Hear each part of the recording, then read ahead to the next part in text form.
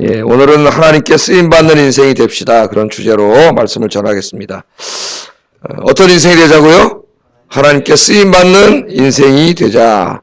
여러분, 어차피 우리 이 땅에 태어나면은 하루 24시간, 일주일, 7일, 한 달, 30일, 1년 365일 이렇게 살다가 반복되다 보면 우리 다 이렇게 가서 하나님 앞에 서게 되는데, 하나님 앞에 섰을 때, 야, 너 뭐 하다 왔냐?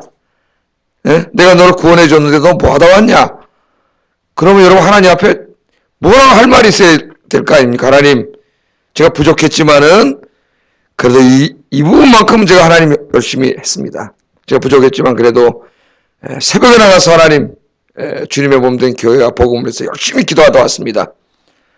여러분 새벽 기도 나오시니까 잘 나오셔서 그렇게 하시기 바랍니다. 여러분 새벽 기도에 쓰임받는 인생이 된 거예요. 중요하잖아요. 교회 새벽재단이 이 교회를 지탱하는 힘입니다. 근데 이런 시간에 힘든데 여러분 이 새벽에 나와서 쓰임받게 된 거 감사한 일인 줄로 믿고요. 뿐만 아니라 주님의 교회, 몸된 교회를 여기저기 쓰임받는 귀한 일꾼 되기를 주의 이름으로 축복합니다. 오늘 본문은 예수님의 12제자들 중에서 오늘 요한복음을 쓴 요한과 안드레와 베드로가 예수님을 만나는 그런 이야기로 구성되어 있습니다. 그러니까 공간복음의 만남과 요한복음의 만남은 다른 이야기예요. 같이 읽으면 좀 헷갈려요. 그래서 이 공간복음의 만남은 이렇게 배에서 고기 잡다가 예수님이 고기 잡는데 찾아오셔가지고 부르셔서 예수님의 제자가 되는 이 사도로 부르심의 만남이라면, 요한복음의 만남은 그 만남이 있기 전의 만남이에요. 그 요한복음의 사건이 앞서 있는 거예요. 오늘 여기는 예수님을 인격적으로 만나고 구원받는 그런 이야기입니다. 그 다음에 바로 제자가 된 게 아니에요. 공간복음 읽어보면 예수님 만난 이후에도 자기 어부로서 생업을 하다가 예수님이 찾아오셔가지고 사도로 부르셔서 이제 예수님을 믿게 된, 제자가 된 거죠. 그러니까 요한복음의 사건이 마태, 마가, 누가복음의 사건보다 앞선 사건이다. 그래 헷갈리지가 않습니다. 성경이 앞선 사건이다. 이렇게 아시면 되겠어요. 자, 세례 요한이 어제 공부한 것처럼 예수님에게 세례를 주었죠. 세례를 주었습니다. 그런데 세례를 준 다음 날 자신의 두 제자인 요한하고 안드레 두 사람, 원래가 이 사람은 세례 요한의 제자였습니다. 이 사도 요한, 요한복음을 쓴 사도 요한과 안드레는 예수님의 제자이기 이전에 누구의 제자였어요? 세례 요한의 제자였어요. 오늘 본문에 나오잖아요. 세례 요한의 제자였어요. 이 두 사람과 함께 있는데 그 앞으로 예수님이 지나가시는 거예요.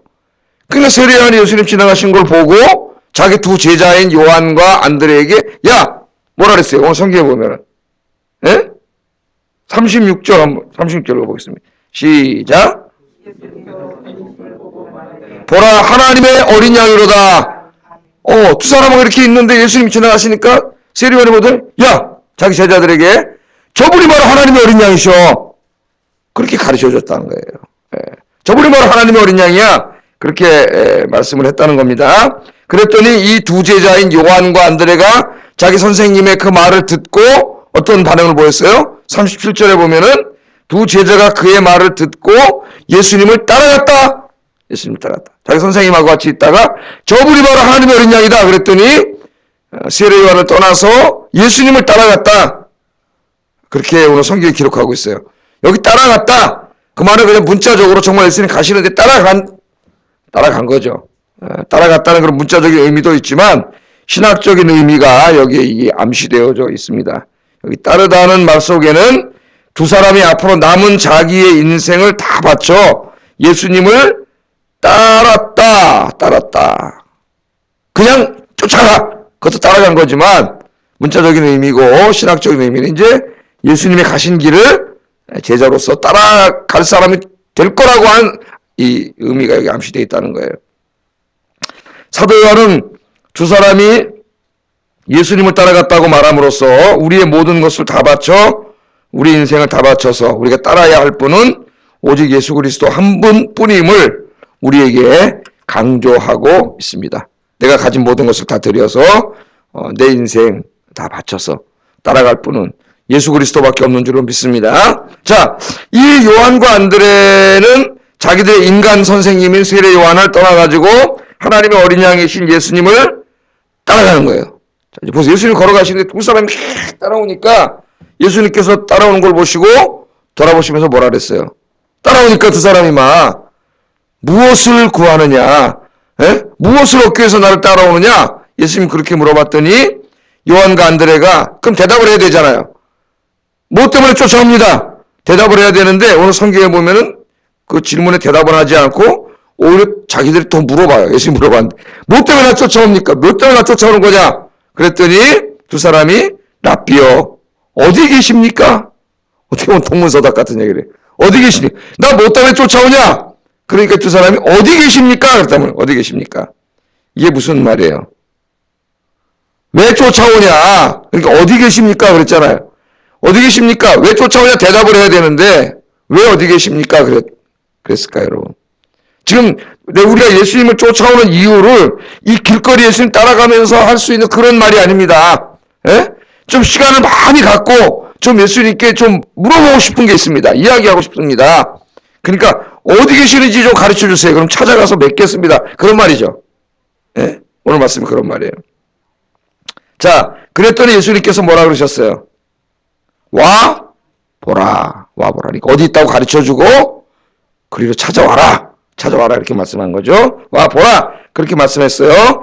예수님께서 그들의 요구를 들어주셨습니다. 39절에 보면은 그날 그들은 예수님을 찾아가서 밤을 지새우며 이야기했다네. 밤을 지새우며 이야기하면서 예수님의 말씀을 들었다. 그렇게 얘기했는데 그때가 10시쯤 되었다 그러니까요. 10시쯤. 그죠? 성경에. 이는 우리 시간으로 말하면 오후 4시입니다. 그러니까 오후 4시에 예수님 계신 곳을 찾아간 거죠. 예수님 막 쫓아가니까 왜 따라오냐? 뭘 얻으려고 따라오냐? 예수님이 길거리에서 지금 요 잠깐 할 말이 아닙니다. 어디 계시니 가르쳐 주세요. 그랬더니 그래? 나 어디 있으니까 한번 와봐라. 그랬더니 그걸로 갔는데 그때가 4시였다는 거예요. 오후 4시. 그 오후 4시에 찾아갖고 성경 보니까 밤을 새도록 예수님을 만났습니다. 이야기하고 예수님의 마음을 듣고 철회했어요. 온전히. 밤을 새도록 만났다. 그렇게 되고 있습니다. 이 만남 이후에 이들이 예수님 메시아임을 알게 되고 그 다음에 이제 며칠 있다가 예수님의 제자가 됩니다. 이 사람들이. 그래서 예수님의 참 제자가 되려면 여기서 중요한 게 뭐냐 하나 우리에게 가르쳐준 교훈이 있는데 예수님을 깊이 만나는 시간을 가져야 된다는 거예요. 신앙생활을 너무 경박스럽게 막 가볍게 그렇게 하려고 하지 마시고 정말 하나님이 살아계시고 예수님이 나의 구원자 하나님의 아들이심을 여러분이 믿으면 이제부터 그 예수님을 내 인생 속에 깊이 만나는 시간을 가져야 됩니다. 깊이 만나는 시간. 두 제자가 밤이 새도록 예수님과 함께 거하면서 예수님의 말씀을 들은 것처럼 그런 깊은 만남의 시간이 있어야 돼요. 여러분 언제 예수님을 좀 깊이 만나세요. 생각하면서. 이 새벽이 어떻게 보면 참 좋은 시간이죠. 말씀을 묵상하면서 기도하면서 주님을 깊이 만나는 시간이 있어야 돼요.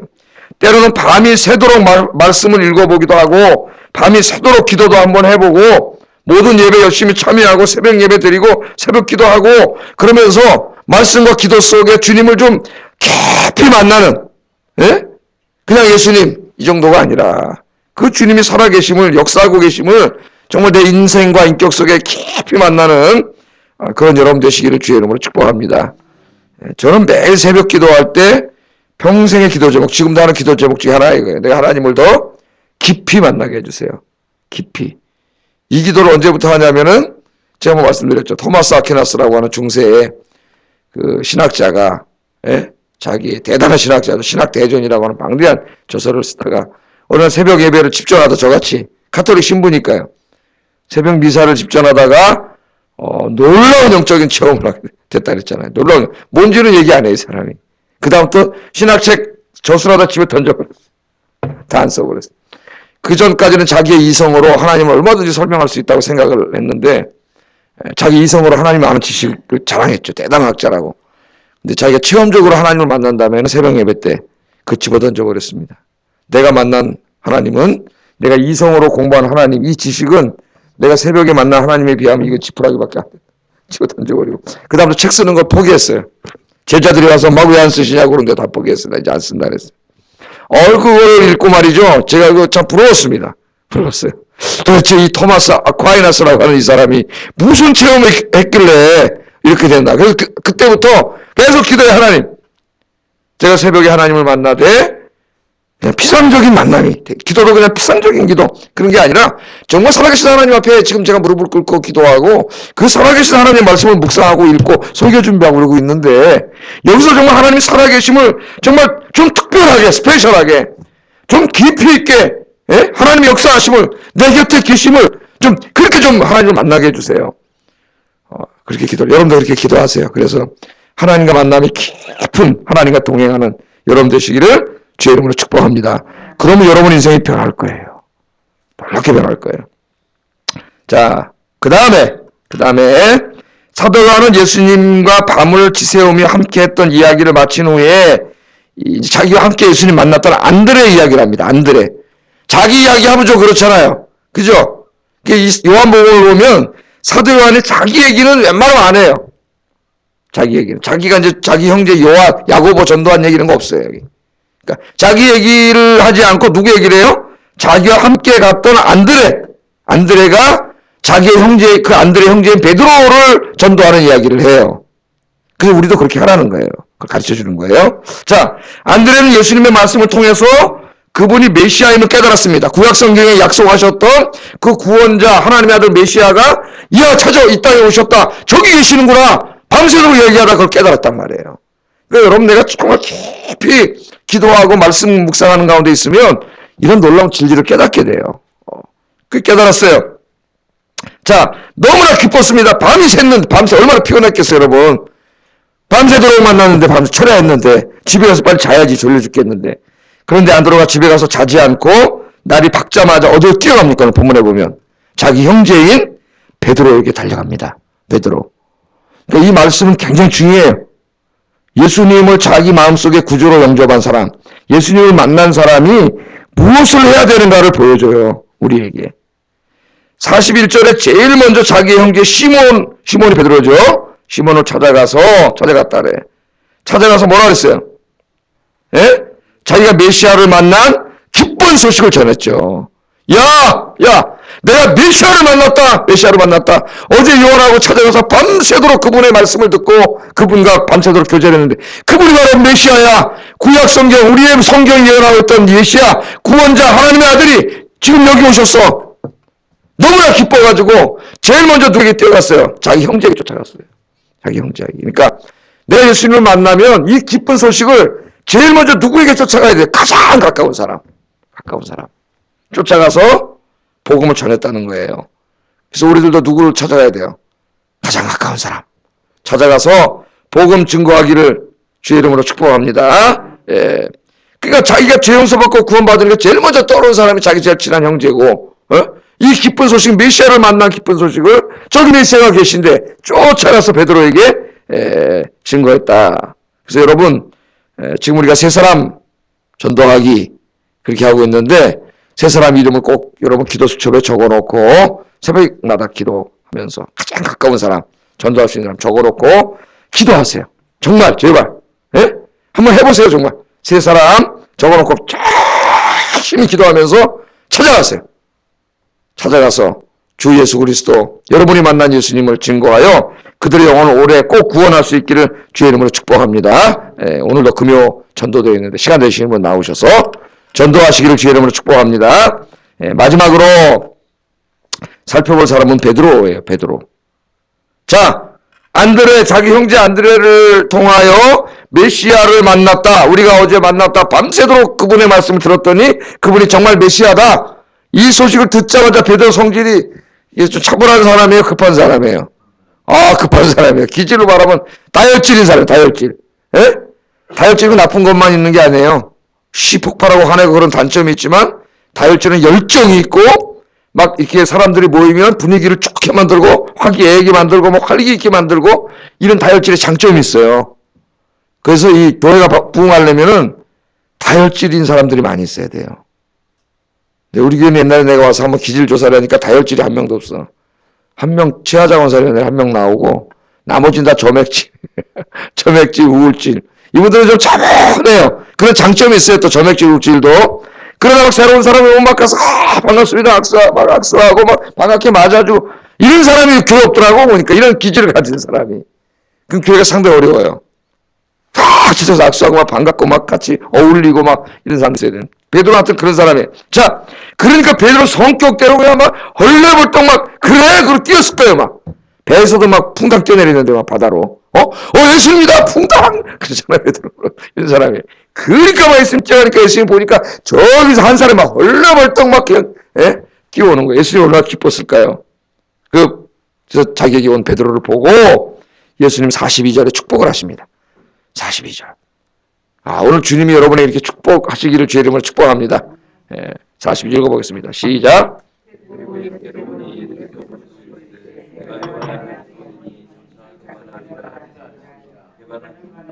아멘. 요한의 아들 시몬이 원래 이름이. 근데 예수님 보고 내가 너를 게바라하리라. 게바는 번역하면 뭐예요? 페트로스는 뭐냐면은 큰 바위라는 말이에요. 큰 요만 돌멩이가 아니라 반석, 큰 바위. 아무리 바람이 불고 폭풍이 몰아쳐도 끄떡하지 않고 흔들리지 않는 반석이 될 거다. 반석 같은 존재. 이 땅에 복음이 선포되고 교회가 세워지고 하나님 나라가 세워질 때 이 베드로는 뭐가 돼요? 아무리 환란과 이 환란의 폭풍이 몰아쳐도 바람이 불어도 조금도 흔들리지 않고 굳건히 그 자리를 지키는 반석 같은 존재가 될 거다. 그 이름을 반석이라고 지어줬어요. 반석. 그래서 자녀를 키울 때 자녀에게 긍정적인 이미지를 심어주는 게 굉장히 중요하죠. 그 옛날에 제가 이제 저쪽 옥수동 산동네 보면 이제 엄마들이 애들 화나 뭐라냐면, 야, 이 썩을 놈아 하는 사람도 있고, 또 이 육실할 놈아 그런 사람. 육실 무슨 말인지 모르겠어요. 육실할 놈아, 연병하다 돼지를 놈아, 그 엄마들이 막 욕을 하는데 무시무시한 욕을 막 해요. 그 지난번에 우리 교회 한번 한 10년 전인가요? 왔던 그 권사님 한 분이 그러잖아요. 화가 나면 혼날 때 뭐라 그랬어요, 그때. 이 노벨상 탈로마. 그랬죠. 이 노벨상 탈로마. 애한테. 우리 예수님께서 보니까 베드로는 반석 같은 사람이 아니었습니다. 우리가 잘 알듯이 이때 달아오르고 막 했다가 또 금방 냄비처럼 팍 가라앉고 막 실수투성이고, 저 사람들 다 버려도 막 나중에 제자 때도 그랬는데 뭐, 그죠? 나는 안 버리겠다 그랬다 또 여자 좀 아는 여자애가 와서 당신도 저 사람 따라다니는 사람이지 그랬더니 다 아니라고 3번이나 부인하고, 제자 때도 그랬는데 이때 오죽했겠어요. 반석 같은 사람이 아니에요. 그런데 예수님이 탁 그 막 메시아를 만나려고 막 기쁘게 뛰어오는 그 막 열정 있잖아요. 열정을 보고 그 사람의 이름은 반석. 네 이름을 이제부터는 시몬이라 하지 말고 반석, 큰 바위라고 해요. 그러니까 여러분이 베드로의 마음속에 그 말을 듣고 얼마나 위로가 됐을까요? 이 메시아이신 이 하나님의 아들이신 이분이 자기는 형편없는 사람인데 자기를 반석이라고 알아준 거죠. 그 예수님은 사람을 볼 때 단점을 보기보다는 장점을 보시는 것 같아요. 그게 우리 중요한 걸 배웁니다. 우리 사람은 누구나 장단점이 다 있는데 어떤 사람은 어찌 그래 단점을 그렇게 잘 보는지, 단점만 콕콕 집어가지고 보는 사람. 근데 우리 예수님은 단점이 이렇게 많은데도 단점을 보지 않고 단점 속에 있는 장점을. 그럼 나중에 우리 베드로에 대해서 알게 되지만은, 이 이후에도 베드로를 보면 어때요? 공간복음서를 읽어보면은 고기 잡으러 자식들 부모 자기 처자식 먹여 살리려고 고기잡이 나가가지고 갈릴리에서 고기 잡다가 고기가 안 잡히니까 그냥 모르겠다고 집에 들어오는 사람이 아니라 고기를 잡아서 집에 가려고 밤이 새도록 그물을 던졌다고 생각해 보세요. 얼마나 피곤하겠습니까, 어부가. 그냥 돌아갈 수가 없어요. 그런 사람이에요. 책임감이 있고 열심히 있고 막 밤이 새도록 그물을 던졌다는 사람. 새벽까지 계속 잡힐 때까지. 그러니까 끈기도 있고 그런 사람이에요, 베드로가. 그러니까 예수님이 딱 보실 때, 야, 저 사람이 문제가 많지만은 저 장점을 이걸 잘 훈련시켜 놓으면은 뭐가 돼요? 반석 같은 존재가 될 거다. 반석 같은 존재가. 예수님이 그 장점을 딱 보시고, 야, 이제 너 시몬이라고 하지 마. 네 이름을 개발하라. 페트로스라고 하라. 너를 반석이라 하리라. 반석 같은 존재가 되라. 예수님이 그렇게 말씀하셨더니, 훗날 정말 우리가 알듯이 베드로가 성령 충만한 다음에 오순절날, 아시죠? 예루살렘에서 성령 충만해서 설교를 때문에 3,000명, 5,000명이 막 회개하고 돌아오고 하나님의 교회를 땅에 세우는 반석 같은 진짜 베드로, 이름 그대로 이름값을 했어요. 진짜 반석이 되었습니다. 오늘 사도 요한은 이 베드로의 이야기를 통해서 저와 여러분에게 말씀하세요. 하나님이 이 말씀 통해 저와 여러분에게 말씀하세요. 바로 오늘 이 설교를 듣는 여러분들이 아영교회의 어떤 존재가 되라고요? 반석 같은 존재가 되시기를 주의 이름으로 축복합니다. 아무리 환난과 핍박이 몰려오고 바람이 불고 폭풍이 몰아치고 비바람이 몰아쳐도 여러분 흔들리지 않고 이 아영교회를 굳건히 지키는, 흔들리지 않게 하는 새벽 기도의 반석, 전도의 반석, 이 교회를 지키는 반석 같은 일꾼들 되시기를 주의 이름으로 축복합니다. 기도하겠습니다.